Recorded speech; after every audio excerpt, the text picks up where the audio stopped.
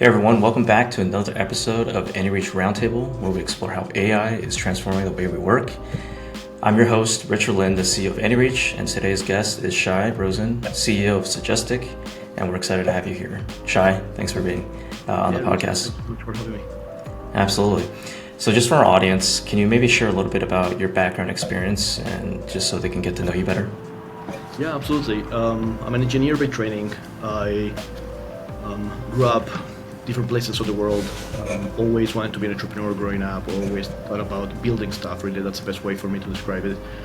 I sold my previous company about 10 years ago and met my co-founder Victor, and we started on this path of building Suggestic. The underlying premise was actually pretty interesting because every previous company that I was involved with, either I started or I joined someone else, were things that were kind of made sense or were already somewhat mature, at least in terms of the idea. And what happened here is that I first met my co-founder, we kind of became friends, and we decided to do something together. We actually took about a year to figure out what we wanted to do together. That was actually pretty interesting. Got it. Well, thanks for sharing your background. And you've been kind of across the board doing a lot of amazing things, from your first startup and then even mentoring startups as an investor. Can you maybe tell me a little bit about the origin story of Suggestic and how you guys got to where you are today? Yeah, absolutely. So there's a couple of streams or trends that sort of converge. So the first thing, as I mentioned before, is we became friends. We decided, my co-founder Victor came from the world of finance. I came from more like consumer products or consumer-facing solutions, and we sort of were thinking about this process of what do we do together. We're both super passionate or interested in health in general, from completely, just personal reasons, right? We evaluated different things, and we sort of came to the conclusion that we did want to do something around health. But because we came from these large industries that are somewhat regulated and all that, we kind of really didn't want to do that again. We wanted to do something that really touches the core of health and actually helps people be healthier, not necessarily something that streamlines a process in the healthcare industry, right? So we didn't want to do like payments or something related to insurance. We wanted to do something that's really core to people's health and that could have a positive impact. And we explored a lot. We did a lot of research. We've talked to a lot of people. We started researching things like integrative medicine and functional health and all these things that sort of are looking at the root cause of disease and not just sort of curing or treating an illness or a condition when it already happens.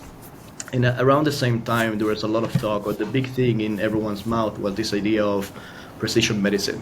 So this big initiative around precision medicine for oncology and cancer and all these things. And the question, in our mind was, well, can we use advanced technology to sort of start making sense of sort of the underlying things that keeps us healthy on a day-to-day basis? So can we use the same premises of precision medicine and do something like precision nutrition, precision food, precision lifestyle, precision wellness, and all that? So that's kind of the underlying premise and how it came to be. Got it. Well, Suggestic isn't just, like a telehealth platform. You guys are really offering kind of a full stack solution, and even on the infrastructure level for personalized wellness for kind of enterprises and B2B. Can you tell me a little bit more about, what exactly you guys do and what's the core problem you're solving? Yeah, absolutely. It's actually interesting that you mentioned it that way. So we started it's been a long time. It's also been a funny, or not funny, but fun roller coaster. We started, our vision always from the beginning was a B2B platform or a B2B solution. So we started developing the basic technology to help organizations make sense of large sums of health-related data and use that sort of to personalize healthcare journeys, we like to call them, or wellness journeys for the users, patients, consumers, whatever you want to call them. And what ended up happening is that as we went to the industry players that we thought would make more sense, and then consider that we were sort of very outsiders to the industry, And so we would go to like insurance companies and hospitals, and what we understood of, okay, these are the people sort of involved with health. We got a lot of rejection very fast. It was like, well, yeah, we don't care about those things, or those things are more like marketing, and just go to the marketing team, and yeah, we have a blog that talks about nutrition, and that's not like at the core of what we do. So after a year or so of building and trying to sell without we basically having that type of reaction, what we ended up deciding is, let's just go direct to consumer. We feel there's people in the world that get it, and maybe these large institutions are not getting it, so let's start there. So we spent a couple of years. So we took our technology, we packaged it in a mobile app, and we went direct to consumer. So we did that for a while. It was relatively successful, and we reached a point of that we're not growing as fast, and it was time for us to decide what else do we do. So we were having a lot of success in very specific small niches, with biohackers or people that had special diets or special conditions, and in those kind of micro markets. But every time we wanted to sort of reach out to a large audience, people didn't really understand exactly what we were trying to do. And it's because the sort of knowledge in the market at that time, again, I'm talking about 10 years ago, wasn't there yet. There wasn't enough maturity of understanding what we're trying to do. And again, we had an opportunity, do we simplify everything that we do, sort of break away from the sophistication of, multiple streams of data and machine learning and all these things that we had built to do something much more simplistic, or do we find some other solution? And what ended up happening around the time is that we got a good opportunity working with a large insurance company. Then again, full circle back, they came to us and say, hey, we've been looking at what you guys have been doing for the past couple of years. We're really interested now.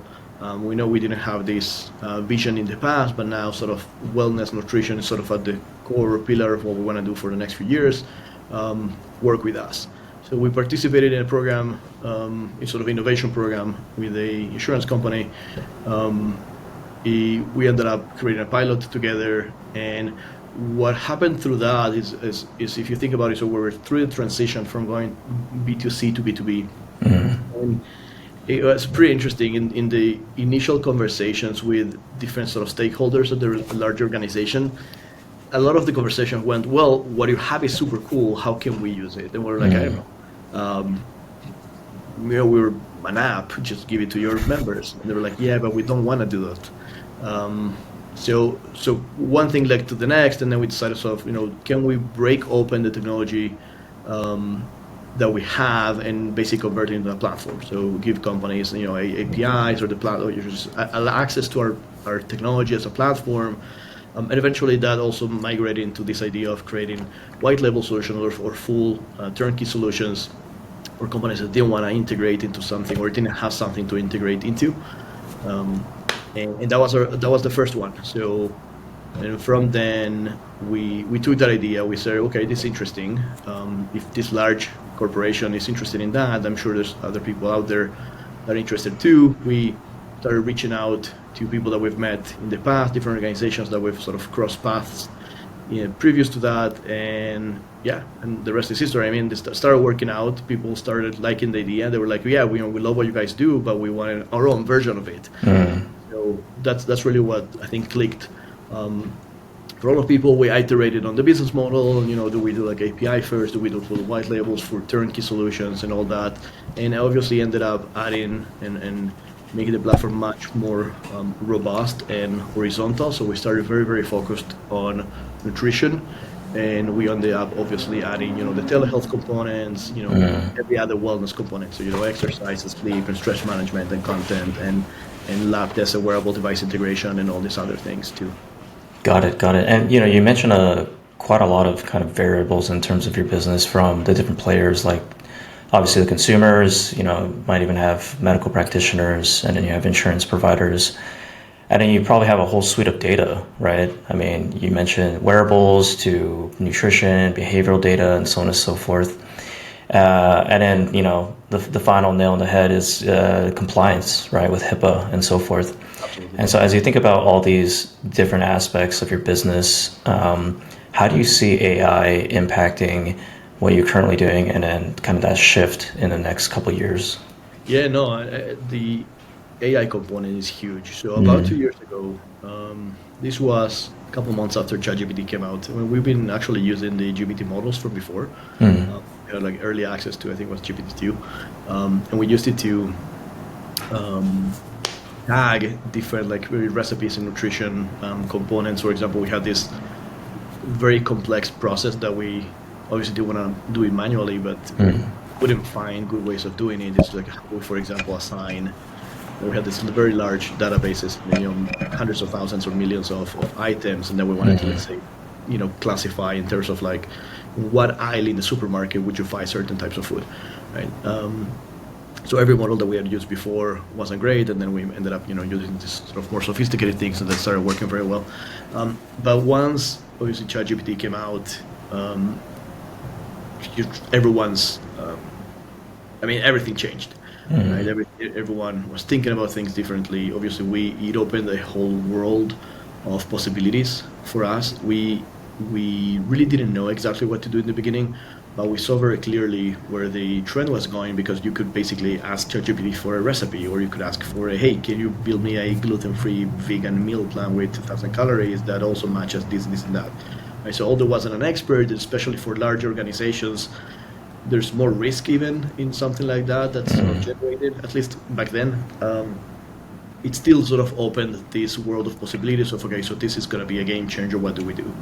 And it started as I don't want to say like a gimmick or anything like that. It started as an exercise of like, okay, well, so how can we sort of start using this technology?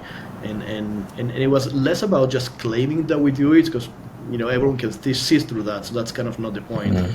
The point is, how do we actually get involved in this and start using it actively, and see if we can build something that makes sense.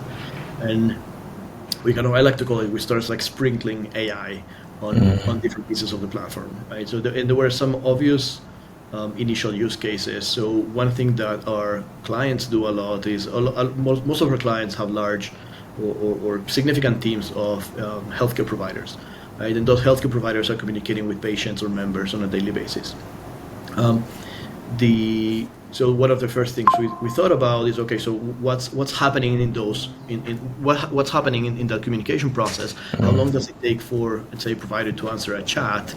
And it was actually quite interesting, because we actually started looking at these things, and we realized, like, okay, let's say you send a very simple message to your again, to your provider, to your coach, nurse practitioner, doctor, whatever it is. And if they're not like super aware of who you are in your case, which happens if you have like hundreds of patients or people in that you're working with, then the actual reply to the message may take you like, let's say, 5 seconds to draft, but the expert may actually be taking like 5 minutes to go through your profile again and say, okay, who's Richard again? Why did I speak with him last time? Let me look at my notes. Give me Right. 1 second. So, oh yeah, right, okay, that's why he's asking about XYZ, because I told him ABC, right? So that was something that was super interesting for us, and there was a lot of sort of, in a way, you could say time could be optimized. I'm not saying that it was time wasted, because actually it's something that needed to happen, but there's a lot of optimization possibilities there. So the first product where we added these AI components was this idea of basically creating like a synopsis of a member's or user's or patient's profile, and basically having sort of AI draft messages on behalf of the healthcare practitioner, and then having them sort of review, edit, and send over, and give them some sort of metadata or insights around why the message was crafted that way, and sort of where's the communication coming from. And then they would decide like, oh, okay, I remember, oh, yeah, this is enough for me to actually validate that this is a good message. I'm just going to send it over, or actually I need to go back. But we realized that the way we like to describe it is like it's giving like superpowers to these healthcare providers, right? So I was talking to whatever 10 people an hour before, now I can do 20, 30, 40, 50 at the same time, and with actually less effort. Got it. Got it. Yeah, I mean, I think we're definitely seeing the trend where, AI, there's just so many benefits and low-hanging fruit, right?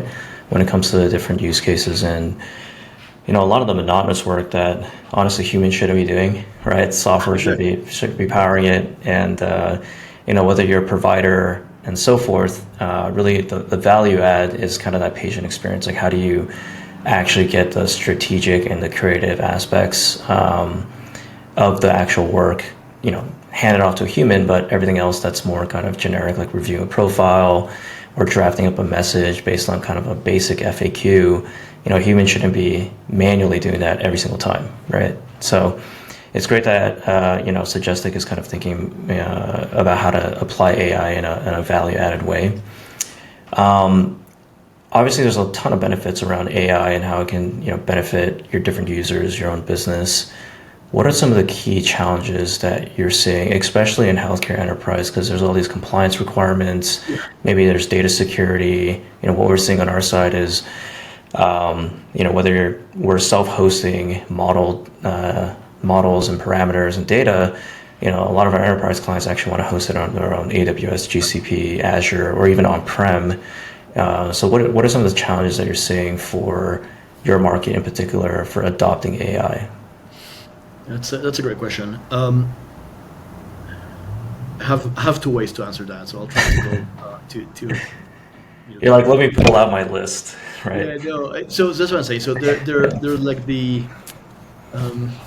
easy challenges. I'm gonna put it that way, and the easy challenges are the ones that are sort of solvable. Just it may require a bit more resources, may require some more time, or some more work, but they're solvable. And what I mean by those kind of things is like, what are you just saying? Do we put it? Is it on-prem? Is it on our cloud? Is it the client's cloud? It's basically just a decision that needs to be made. There's a lot of conversation around it, and it creates a lot of noise. So it is a challenge from a business perspective to try to figure that out.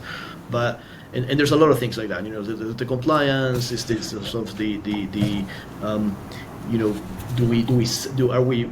let's say. A lot of companies, what we're seeing, so we want to use, let's say, we want to use, let's say, Google or OpenAI because, or whatever, Anthropic, because they have the more sophisticated models, but then we don't want to send certain sensitive data to them, even if we have, let's say, HIPAA agreements and zero retention agreements with some of these players. There still may be like, well, but we want to anonymize things on the way so that, we send them something, but obviously that affects the quality of the conversations and the messages or whatever is going back and forth. And again, it depends on also sort of the use cases. So the use cases have evolved into many, many different things. Nonetheless, those problems or things are solvable, right? It's just, let's think about it. Let's figure out what you need.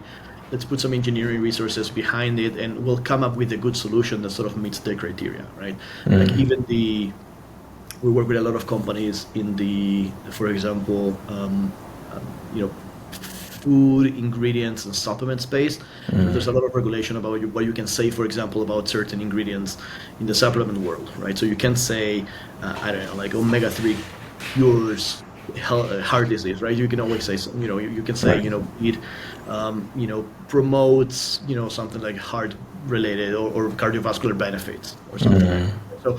So all that is highly, highly, highly regulated, but at the same time, it's very well documented and it's language, right? And we're great for language. So it's all about figuring out how do you build this sort of slightly more sophisticated workflows versus that are not just like passing a prompt to a model.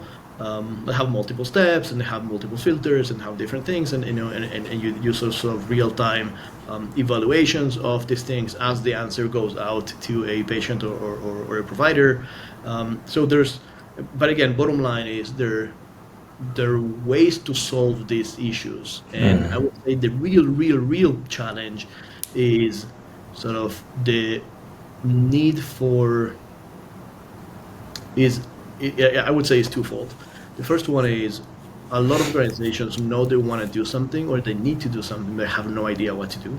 I would say that's the biggest challenge. And the second one is sort of the risk part. It's convincing them that sort of the how do you call it, like the juice is worth the squeeze, right? So that there's some risk. It's never going to be zero. There's nothing is ever zero risk anyway. And should you do something like this? And that's, I would say that's a lot of, or the biggest challenge for us, because we engage in, tens or hundreds of conversations, over weeks and months with some of, especially large organizations, and it seems like we're just sort of going around in circles, right? We want to do this, but this person doesn't want to do this, or this area is good about it, but this area is interesting, but this area tried to thing and it didn't work.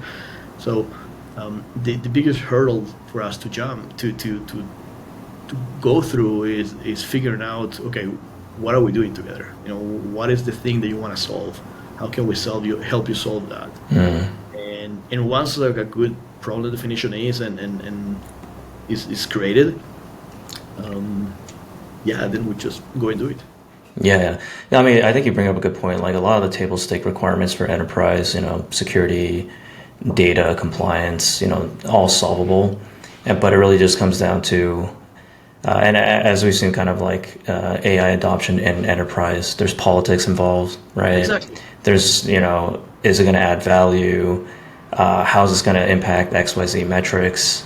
So there's definitely some education as well as massaging that's required, for a company to adopt it outside of, the basic requirements. And so, one of the things that Suggestic, mentions is the 6.5 times engagement, for patients, 85% reduction in clinical support burden, and even with your white label offering, to essentially be able to go to market in just about 10 days.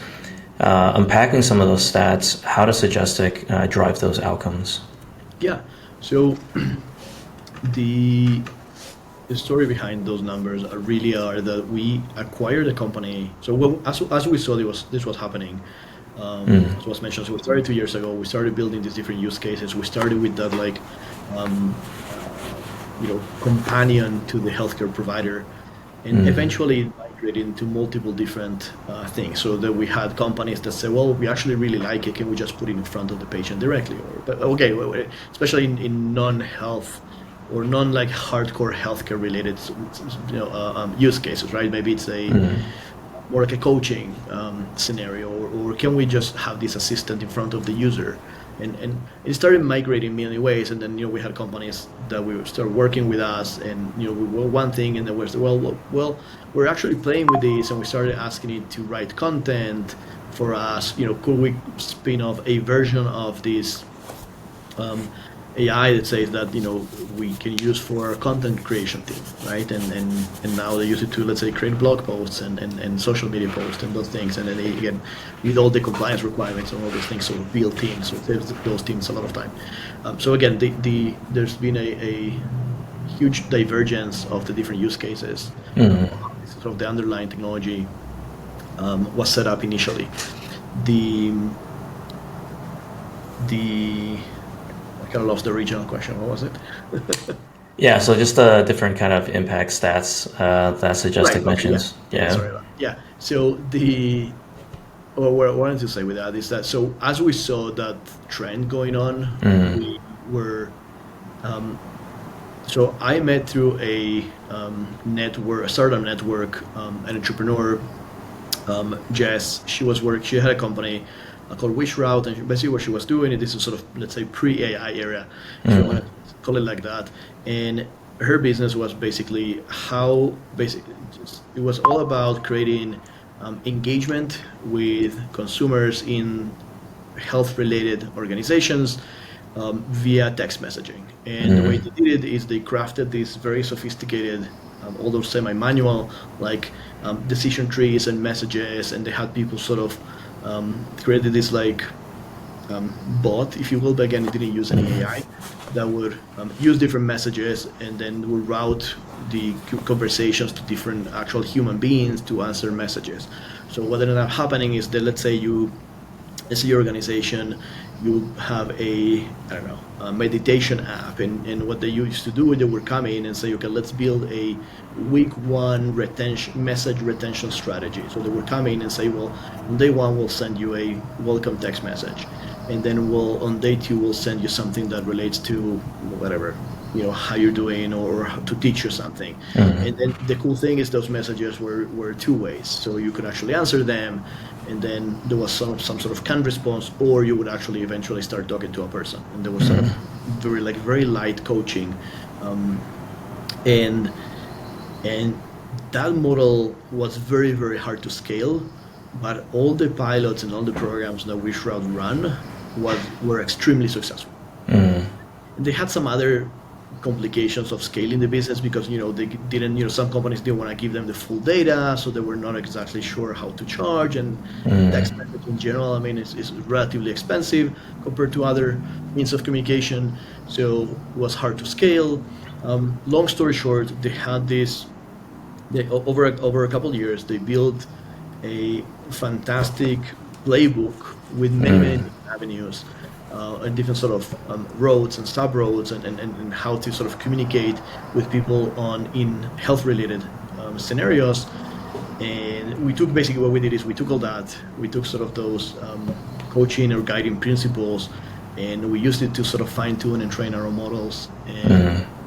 And that was sort of the starting point. And sort of those results started being replicated, again with AI behind it versus humans. Got it. And you mentioned, fine-tuning your own models. As you kind of think about AI in your core product, and even on your day-to-day workflow, different tools and so forth, can you maybe tell me about interesting technologies that you use on a personal basis, as well as what you're incorporating into your core platform? Well, one of the biggest things we see is first of all, the rate of progress of the models themselves is astonishing. Like, we haven't figured out very well how to let's say rein in model A, and then there's already 8.1.5 or the next version of that. Right. And and it's, I would say, the most impressive things for me.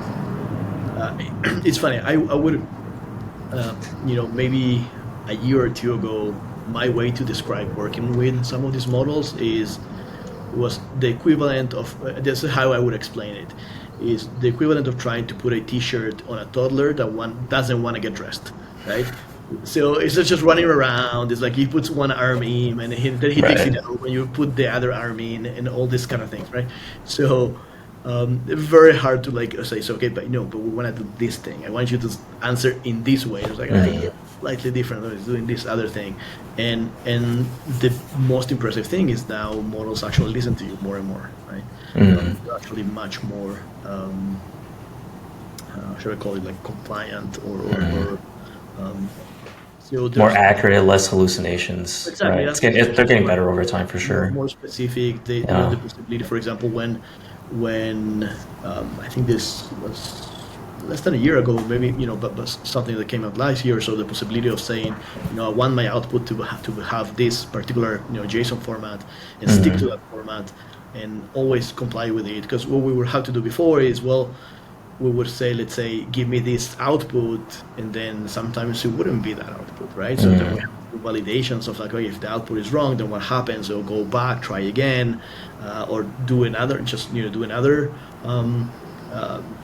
add another model or another prompt just to try to correct that output. So it makes obviously the workflows longer, slower, and more expensive.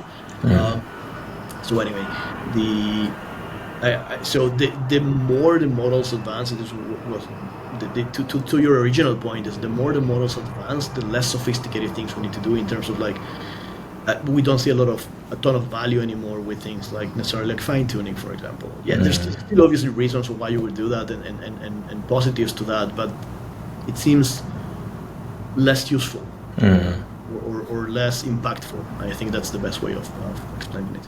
Got it. Yeah, I mean, I think we're seeing it on kind of the similar front, where on a personal note, I remember when I think there was a paper published by Salesforce and MIT about chain of thought prompting. And everything's obviously prompt engineering if you're using ChatGPT, Claude, and so forth, where you had to be very specific of let me help the AI reason through a query.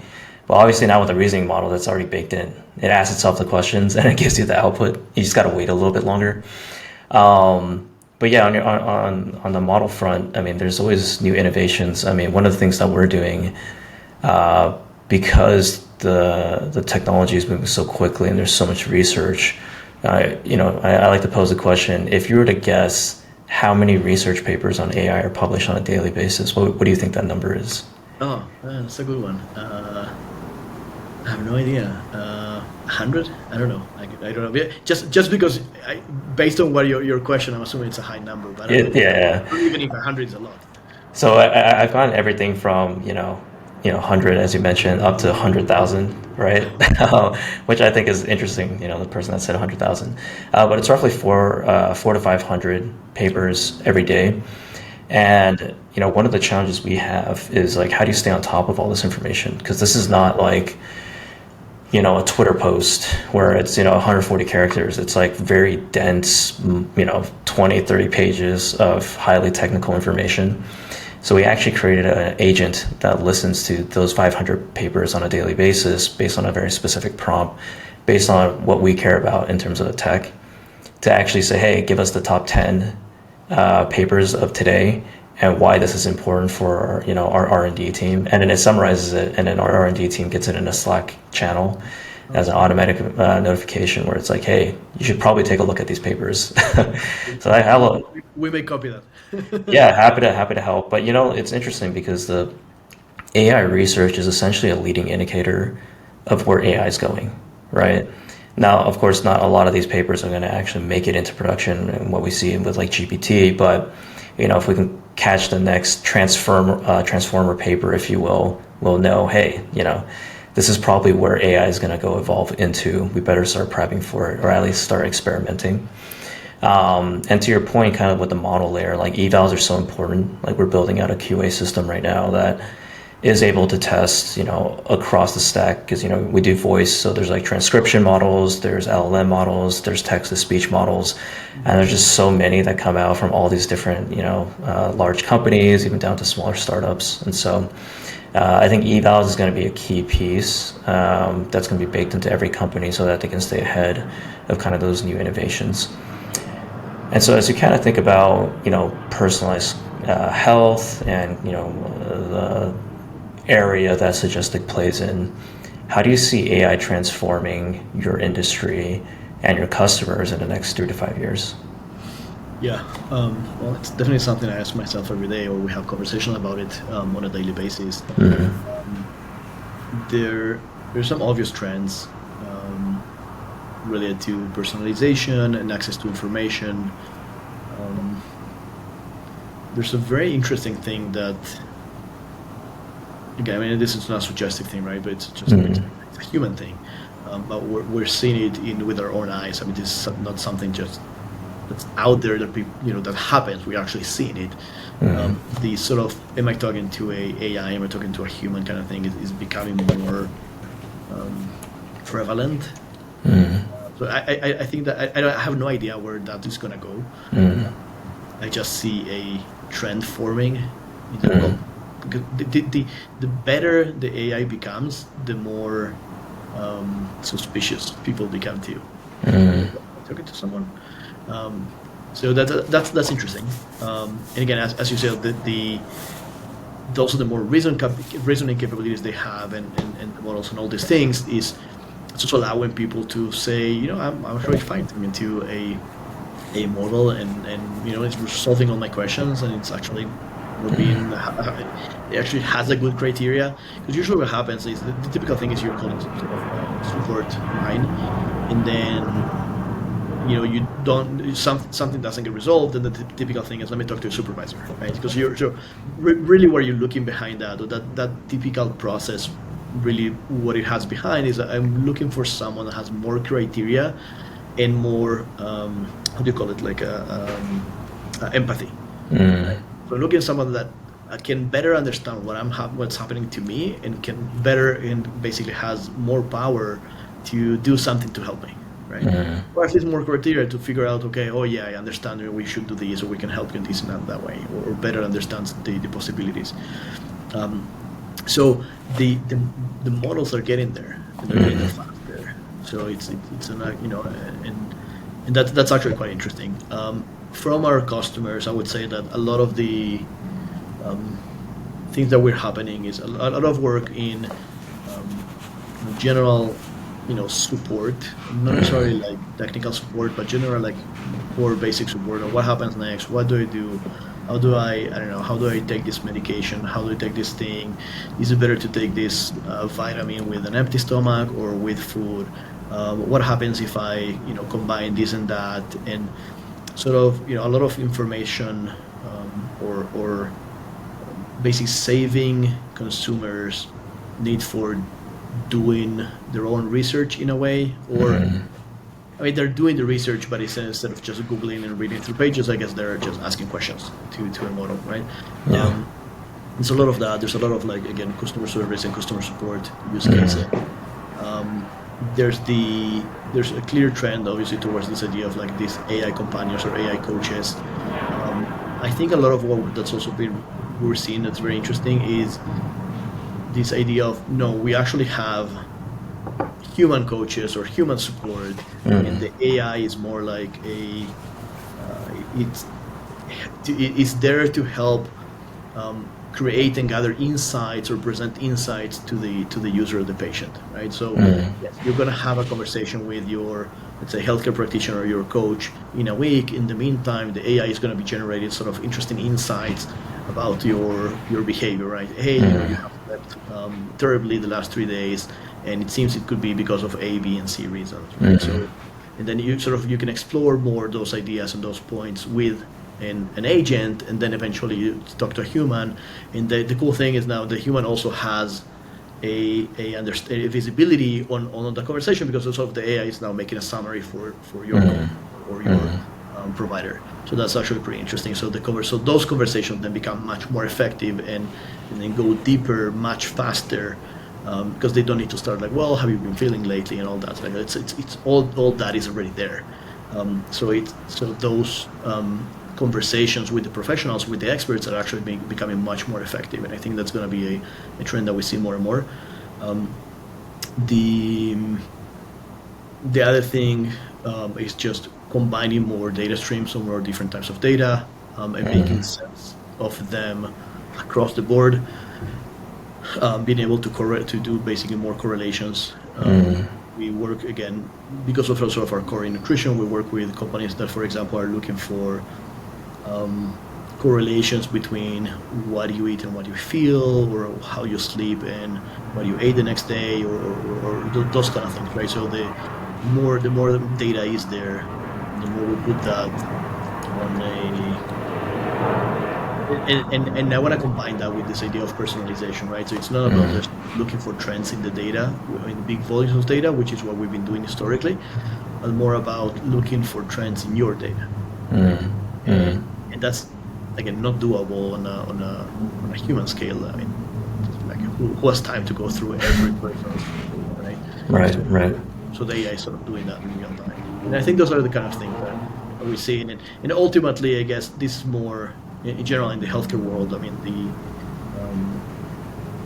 the most expensive and scarce resource is experts. So there's a lot of companies. It's not something that we are doing actively, but there's a lot of companies in the space that are sort of trying to figure out, can we create AI versions of these experts? Right. I mean, you brought up a lot of really interesting kind of trends and topics. And you probably recall, like, our first interaction actually was, almost a decade ago with my first company, Ombre Labs, in the genetic space. And, this is pre-LLM days, but I've been pretty excited about what I call the 3 Ps of, like, as you mentioned, personalization, preventative, proactiveness in healthcare. And I really think that's going to be driven by omics, the genetics from genomics, which is your human DNA, to metatranscriptomics, which is like your microbiome, and an exposomics around environmental toxins. And there was a really interesting kind of case study with a guy named Dr. Larry Smarr of UC San Diego, where he was actually able to predict his Crohn's disease 10 years before it happened. Oh, wow. And so he had access to UCSD's like supercomputers. This is back in the day, pre-LLMs, next generation sequencing, but he essentially, went to the doctor, got a CRP test, saw his inflammation like 10 times over the healthy average. He kind of asked the doctor, hey, why is this so high? And the doctor said, you're probably just an outlier. Obviously, as a scientist, he was like, that's not a good, adequate enough answer. And so he started curating all this information, reading all this research around his genetics, around his microbiome, and so on and so forth. And he manually looked at all this data over the course of, several years. And all the indications, the leading indicators, if you will, was saying that you're going to have some sort of inflammatory bowel disease.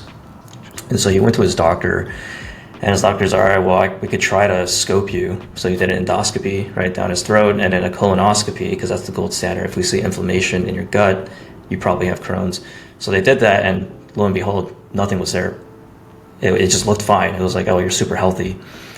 Anyways, as the years progressed, he started getting more and more symptoms, and eventually got scoped again, and he actually had Crohn's. So I really believe, with AI, and especially with, omics data, now we're going to be able to start forecasting what a person's health is going to be in the next couple of years, and to provide interventions. And that gets me excited with how AI could be applied, as you kind of mentioned with some of those talking points as well.